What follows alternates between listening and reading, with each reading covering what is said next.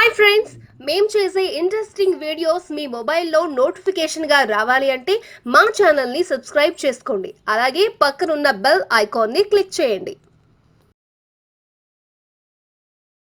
Hi friends, మనం ఈరోజు ఈ వీడియోలో బ్లడ్ ఇంప్రూవ్ చేసుకోవడానికి గల కొన్ని ఉపాయాల గురించి తెలుసుకుందాం.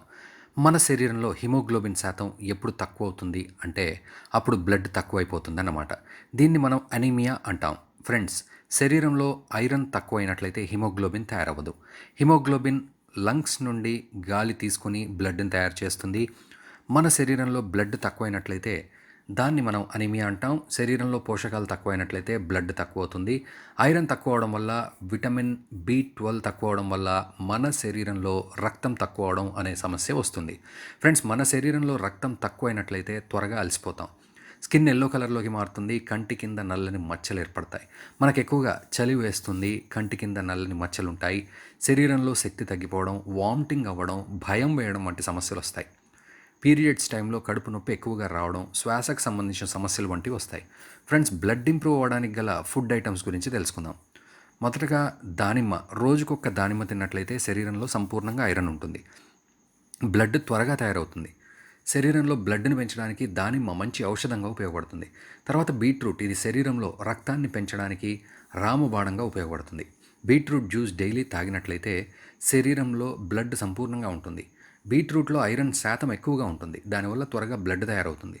బనానా కూడా బ్లడ్ని తయారు చేయడానికి మంచి ఔషధంగా ఉపయోగపడుతుంది. మరియు డైలీ ఒక గ్లాస్ క్యారెట్ జ్యూస్ తాగినా కూడా మంచి ఫలితం ఉంటుంది. మీ శరీరంలో బ్లడ్ సంపూర్ణంగా ఉంటుంది. ఇది కంటి చూపును పెంచడానికి కూడా బాగా తోడ్పడుతుంది. తర్వాత జామకాయ. పండిన జామకాయను డైలీ తిన్నట్లయితే శరీరంలో హిమోగ్లోబిన్ సంపూర్ణంగా ఉంటుంది. యాపిల్ని కూడా తిన్నట్లయితే శరీరంలో అనీమియా వంటి సమస్యలు అస్సలు రావు. మీ శరీరంలో బ్లడ్ సంపూర్ణంగా ఉంటుంది.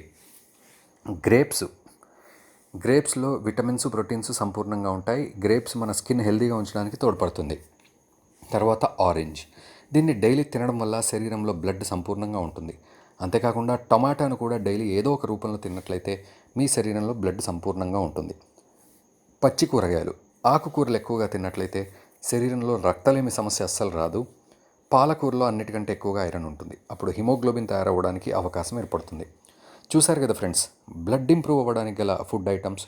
ఈ వీడియో మీకు నచ్చినట్లయితే please like, share and subscribe our channel.